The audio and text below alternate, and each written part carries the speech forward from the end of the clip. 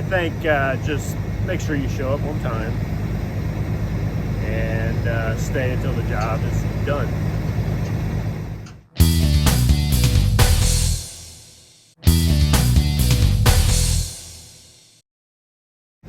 As a greensman, the two most important tools might be the pruners and the handsaw.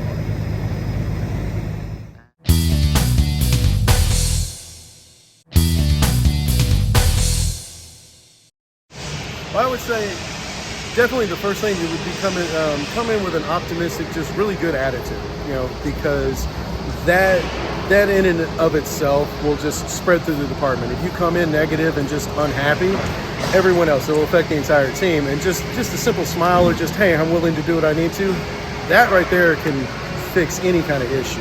And then just an eagerness to learn. Just come in. I know that you have your own experiences and everything, and I respect all of it. Just come in with an open mind again to learn new things and just be open to that. All right, so I would definitely say a tape measure. With what we do, bring a tape measure.